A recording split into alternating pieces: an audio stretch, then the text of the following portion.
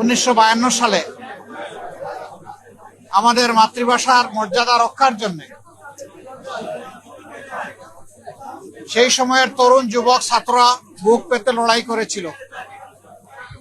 সেদিনকার এই লড়াইয়ে আমাদের কিছু সংখ্যক সহযোদ্ধা তারা শাহাদত বরণ করেছিলেন।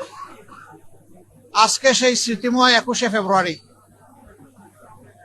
আমরা আজকের এই দিনে তাদেরকে গভীর শ্রদ্ধায় স্মরণ করছি এবং আল্লাহ তাআলার দরবারে তাদের সকলের জন্য মাগফিরাত কামনা করছি।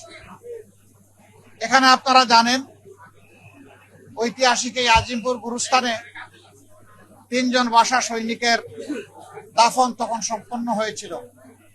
আমরা মূলত তাদের কবরের পাশে দাঁড়িয়ে এবং এখানে আরো যত মুর্দেগান আছেন তাদের সকলের জন্য দোয়া করতে এসেছিলাম। ডেন্টিস্টের পরামর্শ নাও নতুন কোলগেট অ্যাক্টিভ সল্ট। আমরা ফাতিহা পাঠ করেছি, আমরা সূরা ইখলাস তেলাওয়াত করেছি, আমরা ইস্তেগফার এবং দরুদ পড়ে আল্লাহ তাআলার দরবারে আমরা হাত তুলেছি। আমরা জাতির এই সমস্ত বীর সন্তানদের জন্য দোয়া করেছি।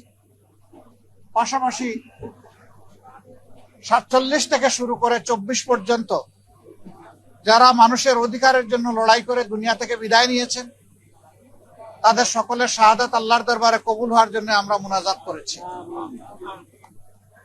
এর ভিতরে 47 আছে, 52 আছে, 71 আছে, 90 আছে, আবার 2006 সাল থেকে 2024 আছে। এই সময়ের ভিতরে প্রতিষ্ঠিত কায়েমি স্বার্থবাদী সরকারগুলো জনগণের অধিকার গায়ের জোরে চাপাইয়া দিতে চেয়েছিল। এর বিরুদ্ধে বিদ্রোহ হয়েছিল। সেই বিদ্রোহের ফলেই আমরা আমাদের ভাষার অধিকার পেয়েছি, কিন্তু নাগরিক হিসেবে আমাদের নাগরিক অধিকারগুলো আমরা পাইনি। 47 থেকে 71-এও পাইনি, 72 থেকে 24 পর্যন্ত বা আজকের দিন পর্যন্ত এখনো নাগরিকদের জন্য অধরা রয়ে গেছে তাদের অধিকারগুলো। বাংলাদেশ জামাতে ইসলামী মানুষের অধিকারের জন্য এই লড়াই করে এবং আমাদের এই লড়াই অব্যাহত থাকবে ততক্ষণ পর্যন্ত, যতদিন পর্যন্ত বাংলাদেশে একটি মানবিক সমাজ কায়েম না হবে, যেখানে মানুষ ন্যায় বিচার পাবে, দুর্নীতিমুক্ত হবে, চাঁদার কলুষিত কালো থাবা থেকে মানুষ মুক্তি পাবে এবং কোনো অবিচার কারো উপর করার কেউ দুঃসাহস দেখাবে না। সেরকম একটি সমাজ কায়েমের জন্য আমাদের লড়াই অব্যাহত আছে। আমাদের এই লড়াই ইনশাল্লাহ অব্যাহত থাকবে আমাদের তরুণ যুবকদের স্বপ্ন পূরণের জন্য। তাদের স্বপ্ন সঙ্গত এবং বাস্তব, সেই স্বপ্ন পূরণের আমরা সঙ্গী হয়ে লড়াই চালিয়ে যাব ইনশাল্লাহ। আমাদের লড়াই অব্যাহত থাকবে শিশুদের জন্য, যারা আজকের শিশু আগামী দিনের যারা সুনাগরিক হয়ে গড়ে উঠবে, তাদেরকে সুনাগরিক হিসাবে গড়ে তোলার জন্য রাষ্ট্র যাতে দায়িত্ব পালনে বাধ্য হয়, সেই পর্যায়ে রাষ্ট্রকে নিয়ে আমরা ভাবছি এবং আমরা তার জন্য লড়াই করে যাচ্ছি।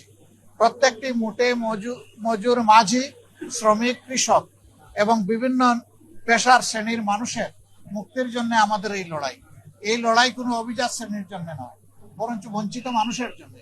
বঞ্চিত মানুষ আমরাও, সারা দেশবাসীও। এই বঞ্চনার বিরুদ্ধে আমাদের লড়াই অব্যাহত থাকবে।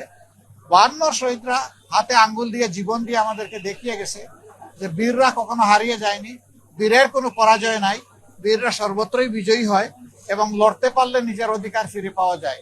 হয়তো আমার জীবন যাবে, কিন্তু আমার জাতি জীবন পাবে।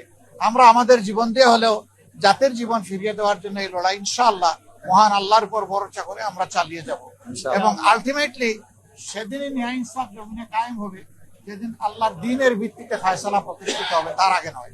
আমাদের সেই লড়াই চলবে, আপনারা আমাদের সঙ্গে থাকবেন। এত রাত এখানে কষ্ট করে আসার জন্য আমরা আপনাদেরকে অন্তরের অন্তঃস্থল থেকে ধন্যবাদ এবং কৃতজ্ঞতা জ্ঞাপন করছি। আমাদের কথাগুলো সমাজের কাছে ইনশাআল্লাহ আপনারা পৌঁছে দিবেন। আমরা একসাথেই দেশ গড়ব। চলো একসাথে গড়ি বাংলাদেশ।